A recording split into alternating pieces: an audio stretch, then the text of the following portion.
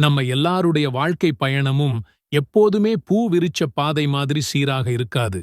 அதில் மேடு பள்ளங்கள் இருக்கத்தான் செய்யும். சில நேரம் வசந்தம் வீசும், சில நேரம் புயல் அடிக்கும்.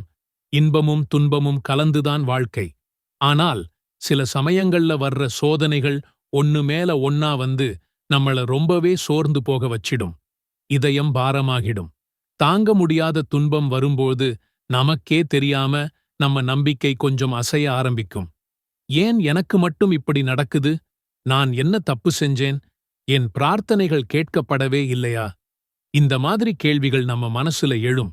நீங்க அப்படிப்பட்ட ஒரு சூழ்நிலையில இருந்தீங்கன்னா ஒன்னே ஒன்னு ஞாபகம் வச்சுக்கோங்க. நீங்க தனியா இல்லை. உங்களுடைய வேதனையையும் கண்ணீரையும் அறிஞ்ச ஒருவன் இருக்கான். அவன்தான் நம்மை படைத்த அல்லாஹ். வாழ்க்கையோட கடினமான சோதனைகள் உங்க நம்பிக்கையை அசைத்து பார்க்குதா? நம்ம பிரார்த்தனைகளுக்கு பதிலே கிடைக்கலையேன்னு மனசு உடையுதா? கடன் பிரச்சினை, தீராத நோய், குடும்பத்தில குழப்பம், பிள்ளைகளால மனக்கவலைன்னு அடுத்தடுத்து வர்ற துன்பத்தால துவண்டு போயிட்டீங்களா? கவலைப்படாதீங்க. அல்லாஹ்வின் மாபெரும் கருணை, அவனுடைய தூதர் நபிகள் நாயகம் ஸல்லல்லாஹு அலைஹி வஸல்லம் அவர்கள் மூலமா நமக்கு ஒரு அற்புதமான பாதுகாப்பு கவசத்தை கத்துத் தந்திருக்காங்க. தாங்க முடியாத கஷ்டம் வரும்போது ஓதுறதுக்காக அவங்க ஒரு சக்தி வாய்ந்த துஆவை நமக்கு சொல்லிக் கொடுத்திருக்கிறாங்க. அந்த துஆ உங்க மனசை திடப்படுத்தி, துன்பத்தோட இருளை விலக்கி, இறைவனோட உதவியை உங்களுக்கு ரொம்ப ரொம்ப பக்கத்துல கொண்டு வர்ற ஒரு ஒளி விளக்கு மாதிரி. நிச்சயமாக நாம் உங்களை ஓரளவு அச்சத்தாலும் பசியாலும் பொருள்கள், உயிர்கள் மற்றும் விளைச்சல்கள் ஆகியவற்றின் இழப்பாலும் சோதிப்போம். ஆனால் நபியே, பொறுமையாளர்களுக்கு நீர் நற்செய்தி கூறுவீராக. இந்த வசனத்தை கொஞ்சம் யோசிச்சுப் பாருங்க. சோதனைகள் வரும்னு அல்லாஹ் முன்கூட்டியே நமக்கு அறிவிச்சிடுறான். அதோட அந்த சோதனைகளை பொறுமையா ஏத்துக்கிறவங்களுக்கு ஒரு பெரிய நற்செய்தியும் சொல்றான். அந்த நற்செய்தி மறுமையில கிடைக்கப் போற பரிசு மட்டும் இல்ல, இந்த உலகத்திலையும் கிடைக்கப் போற மன நிம்மதியும் அல்லாஹ்வின் நெருக்கமும் தான். இன்னொரு இடத்துல அல்லாஹ் சொல்றான், உங்களில் தியாகம் புரிவோரையும் பொறுமை காப்போரையும் நாம் அடையாளம் கண்டு உங்கள் செய்திகளைச் சோதிக்கும் வரையிலும் உங்களை நாம் சோதிப்போம். ஆக சோதனைகள் என்பது நம்ம தகுதியை உயர்த்தவும், நம்ம பாவங்களை மன்னிக்கவும், அல்லாஹ்வோட உயர்ந்த அந்தஸ்துகள்ல நம்மை உட்கார வைக்கவும் வர்ற ஒரு பிரீட்சைதானே தவிர வேற எதுவும் இல்லை. நம்முடைய அன்பு தூதர் முஹம்மது நபி ஸல்லல்லாஹு அலைஹி வஸல்லம் அவர்கள் மனிதர்கள்லயே அதிகமான சோதனைகளை சந்திச்சவங்க. பிறக்கிறதுக்கு முன்னாடியே தந்தையை இழந்தாங்க. சின்ன வயசுல தாயை இழந்தாங்க. தன் கண் முன்னாடியே பிள்ளைகள் மரணித்ததை பார்த்தாங்க. சொந்த ஊரை விட்டு விரட்டப்பட்டாங்க. பசியால வயித்துல கல்லை கட்டிக்கிட்டாங்க. போர்க்களங்கள்ல காயம் பட்டாங்க. எத்தனையோ அவதூறுகளையும் கேலி கிண்டல்களையும் சந்திச்சாங்க.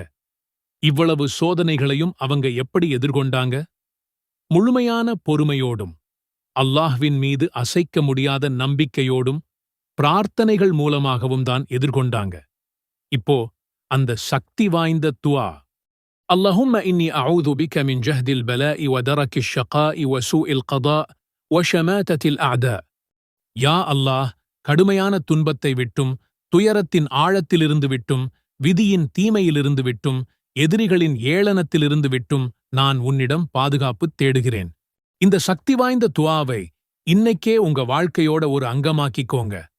இந்த வார்த்தைகளை உங்க இதயத்துல பதிய வச்சு, உங்க நாவால சொல்லி, உங்க இறைவன்கிட்ட உருக்கமாக கேளுங்க. நிச்சயமா அவன் உங்க அழைப்புக்கு பதிலளிப்பான். வாழ்க்கையில சோதனைகள் வர்றது தவிர்க்க முடியாதது. அது அல்லாஹ்வின் புறத்திலிருந்து வர்ற பரீட்சைகள். ஆனால் அந்த பரீட்சைகளை எதிர்கொள்ற ஆயுதத்தையும் அவனே நமக்கு தந்திருக்கிறான். அந்த ஆயுதங்கள்ல மிக சக்தி வாய்ந்ததுதான் துஆ, அதாவது பிரார்த்தனை. நிச்சயமாக வானங்களையும் பூமியையும் படைத்த உங்கள் இறைவன் உங்கள் அழைப்பை கேட்கத் தயாராக இருக்கிறான்.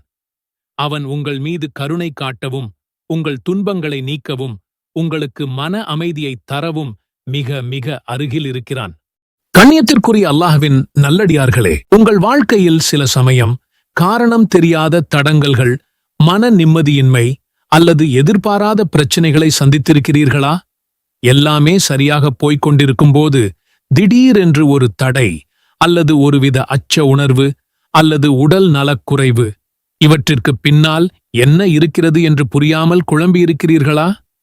ஒருவேளை கண்ணுக்குத் தெரியாத ஏதோ ஒரு தீமையின் அச்சுறுத்தல் இருக்குமோ என்று கூட நீங்கள் எண்ணியிருக்கலாம். ஆம், இந்த உலகில் நம் கண்களுக்கு புலப்படாத பல சக்திகள் இருக்கின்றன.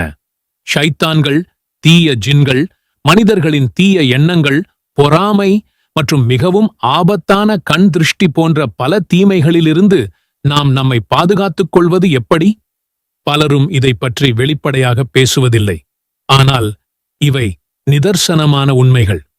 ஒரு மனிதனுக்கு ஒரு பெரிய நன்மை நடந்தால் அல்லது அவன் வாழ்வில் ஒரு நல்ல வளர்ச்சி அடைந்தால் பொறாமை கொண்ட உள்ளங்களின் பார்வைகள் அவனுக்கு தீங்கு இழைக்கக்கூடும் என்பதை இஸ்லாம் நமக்கு கற்றுத்தருகிறது. அல்லாஹ்வின் அருளால் இந்த அனைத்து விதமான தீமைகளிலிருந்தும் நம்மை பாதுகாத்துக் கொள்ள இஸ்லாம் நமக்கு ஒரு வழியை காட்டியுள்ளது. அதுதான் துஆ. அல்லாஹ்விடம் நேரடியாக பாதுகாப்பு தேடுவதே மிகச் சிறந்த வழியாகும்.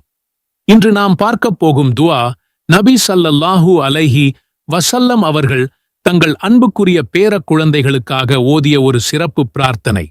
இது அனைத்து விதமான தீய சக்திகளிலிருந்தும், குறிப்பாக ஷைத்தான்கள், விஷப்பிராணிகள் மற்றும் தீய கண் திருஷ்டியிலிருந்தும் நமக்கு முழுமையான பாதுகாப்பை இன்ஷா அல்லாஹ் வழங்கும். இந்த சக்தி வாய்ந்த துஆவை நீங்கள் உங்கள் தினசரி வாழ்வின் ஒரு பகுதியாக ஆக்கிக் கொண்டால் அல்லாஹ்வின் அருளால் நீங்கள் அமைதியையும் பாதுகாப்பையும் அனுபவிப்பீர்கள்.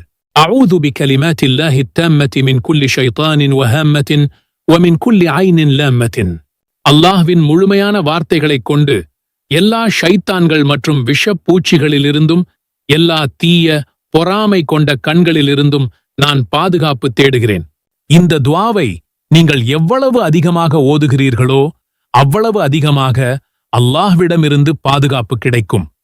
இது ஷைத்தானின் சதித்திட்டங்கள், கெட்ட எண்ணங்கள், பொறாமைகள் மற்றும் தீய சக்திகளிடமிருந்து உங்களை பாதுகாக்கும் ஒரு சக்தி வாய்ந்த கவசமாக அமையும் இன்ஷா அல்லாஹ். துஆவின் மிக முக்கியமான சிறப்பு என்னவென்றால் இதை நீங்கள் எந்த நேரத்திலும் ஓதலாம். இது ஒரு நிரந்தரமான, அனைவருக்கும் பொதுவான துஆவாகும். இருப்பினும் சில நேரங்களில் துஆக்கள் அதிகம் அங்கீகரிக்கப்படும் என்று நபி ஸல்லல்லாஹு அலைஹி வஸல்லம் அவர்கள் நமக்கு கற்றுத்தந்துள்ளார்கள். அந்த நேரங்களில் இந்த துஆவை ஓதுவது கூடுதல் நன்மை பயக்கும். தொழுகைக்குப் பின் ஒவ்வொரு பர்லு கட்டாய தொழுகைக்குப் பிறகும் துஆக்கள் அங்கீகரிக்கப்படும் வாய்ப்பு அதிகம். அப்போது இந்த துஆவை ஓதலாம்.